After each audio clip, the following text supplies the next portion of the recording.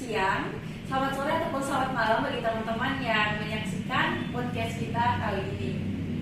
Sekarang adalah tanggal 2 Januari 2023, di mana adalah langkah awal bagi kita untuk menjalankan lika-liku kehidupan hingga akhir tahun berikutnya. Semoga harapannya di awal tahun ini, di tahun 2023 ini, kita selalu diberikan kesehatan, ilmu yang bermanfaat, dan tentunya bahagia selalu. Itu kuncinya, teman-teman. Oke, kali ini aku lagi bareng Kak Cantika. Halo Kak Cantika. Halo Kak Jenny. Halo teman-teman, perkenalkan nama aku Cantika Dira Yurikati. Teman-teman boleh panggil aku Cantika. Aku mahasiswi S1 Kesejahteraan Sosial yang ada di Universitas Gunawan. Oke, sekarang lagi semester berapa nih Kak? Aku sekarang semester 7. Wow, itu aku tahu banget, berat banget semester 7. Gimana tantangannya? Wah, berat sih semester akhir. Banyak tugas pasti ya? Banyak, apalagi kita mau naik ke semester 8 kan. Oke. Nah, jadi kali ini teman-teman kita akan membahas tema yang sangat menarik dengan narasumber kita, yaitu Kak Cantika. Yaitu pembahasan kita mengenai pekerja sosial medis yang menangani seseorang yang mengidap skizofrenia. Ya, benar. Pekerja sosial medis. Kita bahas dulu nih, pekerja sosial. Arti dari pekerja sosial itu apa sih Kak Cantika? Teman-teman barangkali pengen tahu nih. Nah, ya. Mungkin teman-teman yang belum tahu apa sih pekerja sosial gitu, masih asing dengan bahasa pekerja sosial. Nah, jadi pekerja sosial menurut Undang-Undang Nomor 14 Tahun 2019 yaitu seseorang yang memiliki keterampilan, pengetahuan, dan nilai praktik yang sudah terverifikasi. Dan di kesimpulan itu pekerja sosial itu sebuah profesi yang memberikan pelayanan pertolongan baik pada individu, keluarga, kelompok maupun masyarakat untuk berdaya guna mengaktifkan keberfungsian sosialnya. Wow, jadi pekerja sosial itu bukan hanya di bidang masyarakat aja ya, bisa di individu, keluarga ataupun kelompok, teman-teman. Benar Kak. Ya, jadi kalau misalnya ada nih teman-teman yang ingin jadi pekerja sosial, untuk prospek kerjanya sendiri apakah cuma di bidang sosial saja atau bagaimana nih Kak? Nah, mungkin teman-teman masih belum tahu kali ya prospek kerja sosial tuh paling di sosial aja. Ternyata prospeknya tuh sangat luas loh Kak. Kerja sosial itu bisa di bidang dari pemerintahan sebagai pegawai negeri sipil, bisa di Kementerian Sosial, dan juga bisa di swasta sebagai CSR atau HRD, bisa juga di masyarakat sebagai lembaga swadaya masyarakat, dan bisa juga di bidang kesehatan loh, pekerja sosial medis. Kesehatan? Iya. Baru tahu loh, ada di bidang kesehatan ya tadi ya? Iya benar Kak. Yang saya tahu pekerja sosial itu cuma bekerja di ranah sosial saja. Oke, ini makin menarik nih teman-teman. Jadi coba nih Kak Cantika jelasin nih, kita pengen tahu, kasih tahu juga ke teman-teman. Kalau pekerja sosial di ranah kesehatan itu seperti apa Kak? Pekerja sosial di kesehatan itu pekerja sosial bekerja di bidang kesehatan, di mana pekerja sosial bekerja sama dengan dokter, perawat, psikolog untuk memberikan pelayanan kesehatan. Nah, aku mau ngasih tahu nih Kak ke teman-teman, boleh nggak? Mau ngasih tahu apa nih? Boleh dong. Nah, tadi kan aku udah ngasih tahu ya, aku dari program studi kesejahteraan sosial di Universitas Gunawan. Ternyata di program studi kesejahteraan sosial di Universitas Gunawan, pertama dan satu-satunya loh yang ada di Indonesia dengan ciri kesehatan. Wow, pertama dan satu-satunya di Indonesia dengan penciri kesehatan. Benar sekali. Oh, menarik banget. Jelasin dong Kak gimana program studinya. Ya, jadi di program studi ini kita dari semester 4 kita sudah mempelajari kerja sosial di bidang kesehatan. Jadi mata kuliahnya itu ada kerja sosial di rumah sakit, kerja sosial koreksional, forensik, kerja sosial dengan kesehatan mental, kerja sosial khusus dan paliatif, dan banyak lagi. Wow, luar biasa. Jadi teman-teman nih, kalau teman-teman tertarik di bidang sosial dan kesehatan, teman-teman bisa gabung di program studi kesejahteraan sosial Universitas Gunawan. Benar sekali. Nah, jadi teman-teman kita kan udah tahu nih apa itu pekerja sosial, pekerja sosial medis dan juga prospek pekerja dari pekerja sosial medis ini. Nah, tadi kita membahas mengenai, selanjutnya kita akan membahas mengenai skizofrenia. Nah, aku mau ngasih tau lagi nih Kak Jenny. Oh boleh dong, boleh banget Kak. Silakan. Sesuai dengan judul kita, peran pekerja sosial kepada seseorang dengan pengidap skizofrenia. Iya. Jadi di prodi kerja sosial ini ada namanya praktikum 1, 2, dan 3. Kebetulan aku sudah melaksanakan praktikum 1 dan 2. Lembaga rehabilitasi mental di Pia Medica itu ada di Bogor. Nah, jadi praktikum 1 ini kita membahas mengenai lembaga. Nah, jadi yang praktikum 2 ini kita memberikan pelayanan pertolongan kepada individu dan keluarga. Kebetulan sekali sesuai dengan judul, waktu praktikum 2 ini aku berikan pertolongan kepada klien dengan pengidap skizofrenia. Klien yang mengidap skizofrenia. Iya. Apalagi nih Kak Cantika, skizofrenia. Banyak ya. Iya, banyak nih istilah-istilahnya. Jadi Kak, pada pelaksanaan praktikum 2 ini aku di Panti Rehabilitasi Mental Pia Medica Ar-Rahim yang ada di Bogor. Jadi di sana itu aku berperan sebagai pekerja sosial, di mana aku bekerja sama dengan perawat, psikolog, dan saya juga ada pekerja sosialnya. Nah, jadi untuk perawat ini mereka berperan sebagai memberikan pelayanan kesehatan kepada para pasien seperti memberikan obat. Dan juga ada psikolog di mana memberikan pelayanan berupa memantau perkembangan psikologis pasien-pasien di sana. Dan juga ada pekerja sosial di mana peran pekerja sosial di sana itu memberikan membuat program untuk kegiatan rehabilitas di sana. Di sana juga pekerja sosial memberikan bimbingan sosial kepada pasien. Nah, jadi berkaitan dengan pekerja sosial medis yang menangani masalah skizofrenia. Itu gimana Kak? Kak Cantika bisa ceritain pengalaman praktikumnya waktu menangani pasien dengan masalah skizofrenia. Nah, jadi klien aku ini berusia 59 tahun.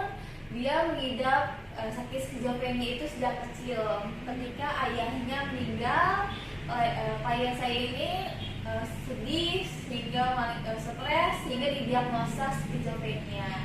Dan sekarang klien saya ada di panti rehabilitas itu sudah hampir sekitar 13 tahun. Wow, 13 tahun ya Kak? Benar Kak, lama sekali. Jadi kalau aku boleh tahu, bentuk pelayanan di sana seperti apa sih Kak? Kayak misalnya kalau pasien itu berobat, apakah berobat ke panti sekali seminggu, sekali sebulan, atau seperti apa Kak? Nah, untuk pelayanan di sana, jadi mereka itu nginap di sana. Jadi, Rawat inap? Iya, rawat inap. Jadi klien ini nanti setiap hari minggu itu ada psikolognya yang memantau psikologisnya bagaimana klien ini udah sembuh atau tidak. Dan ada bimbingan juga dari pekerja sosial dan ada pemantauan dari perawat setiap harinya. Wow, jadi sebenarnya ceritanya sedih juga ya. Selama 13 tahun didiagnosa dari kecil mengalami skizofrenia. Iya. Sudah 13 tahun dirawat di Panti Bogor. Iya benar. Keluarga boleh membesuk atau enggak Kak? Nah, jadi untuk keluarga itu boleh. Jadi ada sesuai dengan peraturan yang telah dibuat oleh panti sana. Ada jam besuknya. Seperti mungkin sebulan sekali.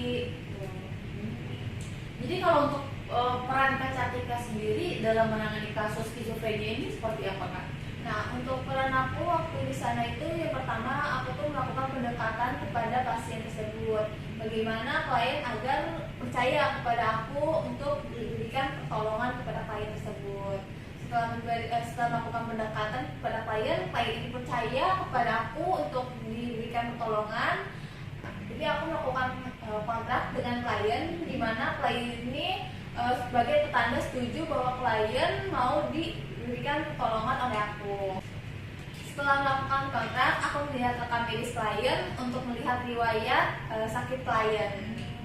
Setelah melihat riwayat sakit klien, aku udah tahu nih sakitnya apa. Aku melakukan observasi, menganalisa kegiatan klien sosialnya. Apakah klien ini mengalami kendala di lingkungan sosialnya atau tidak? setelah melakukan observasi, lihat permasalahan klien di sosialnya, dan klien ini ternyata mempunyai permasalahan sosialnya. Setelah saya analisa, saya melakukan assessment untuk melakukan wawancara mendalam kepada klien dan juga perawat, di mana klien menanyakan permasalahan yang dihadapi klien. Setelah menanyakan kepada klien, saya tanyakan kembali kepada perawatnya, apakah benar yang diucapkan klien sama atau tidak dengan rekam medisnya, seperti itu. Nah, setelah melakukan wawancara, saya tahu nih permasalahan klien tuh bagaimana, dan saya mencocokkan dengan hasil dari analisa dan observasi kegiatan klien di sosialnya. Setelah saya menemukan permasalahannya, hasil dari menggali informasi, nah setelah itu aku membuat rencana intervensi untuk memberikan pertolongan kepada klien ini. Nah, setelah melakukan rencana intervensi, aku mengeksekusi rencana program ini dengan klien. Berdua dengan klien? Iya, berdua dengan klien.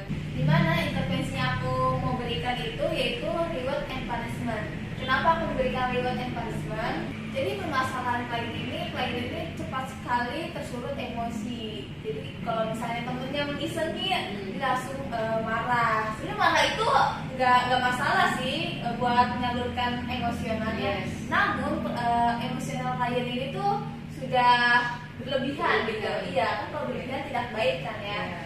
Ya, jadi klien ini kalau misalnya diganggu oleh temannya, diusiri, Gampang marah gitu. Iya, gampang marah. Kalau mengamuk, melempar barang, atau misalnya mengajak temannya berantem gitu. Kalau misalnya dia mengajak temannya berantem, itu dia yang kalah gitu. Kasihan dia ya? Iya, kasihan dianya juga. Udah tua juga ya? Iya, sudah Maaf tua. ya. Ya, jadi saya memberikan program reward and punishment ini. Sebenarnya kan reward and punishment itu lebih ke anak-anak ya gitu. Tapi saya lihat juga dari karakteristik klien saya ini. Jadi klien saya ini wataknya itu seperti kanak-kanakan. Jadi saya beri reward and punishment di mana ketika klien emosinya tinggi, klien ini akan mendapatkan punishment, hukumannya itu klien itu nggak akan, itu klien kalau misalnya nggak dijenguk, klien itu akan marah, akan ngamuk, akan manipulasinya itu klien itu pura-pura sakit. Jadi, biar dijenguk. Iya, biar dijenguk. Jadi pas dicek sama perawatnya, ternyata klien ini nggak sakit, dia cuma pura-pura saja gitu. Biar dijenguk. Iya, biar dijenguk. Jadi saya memberikan punishment ini biar klien itu bisa mengendalikan emosionalnya. Punishmentnya dalam bentuk apa, Kak? Dalam bentuk, jadi klien ini nggak akan dijenguk kalau klien ini emosinya masih tinggi. Oke, Jadi baik, nanti baik. saya ada diberikan penilaian gitu. Jadi yang nilai ini bukan saya aja, jadi ada perawatnya, terus kerja sosialnya juga. Nah kebetulan kan psikolognya itu datangnya setiap hari Sabtu ya, jadi saya cuma minta penilaiannya itu kepada perawat sama kerja sosialnya di sana. Udah cukup kali ya, pekerja sosial dan juga perawat. Iya. Nah setelah memberikan punishment-nya tadi, nah untuk rewardnya ini kebetulan klien saya ini dia tuh rajin ibadah. Nah saya kasihlah hadiah gitu. Dan setelah melakukan penilaian itu, ternyata klien ini ada keberhasilan di sini. Klien ini ada listriknya penurunan. Jadi setiap ketemu saya atau ada perawat atau kerja sosial, klien ini menahan emosionalnya. Jadi kalau misalnya temennya ganggu, klien bisa bilang sabar gitu. Berarti reward and punishment sangat berguna bagi si klien tersebut. Iya, program ini yang saya berikan alhamdulillah berguna untuk pasien ini gitu. Ya, tapi seru ya Kak, praktikum di sana. Seru banget ternyata.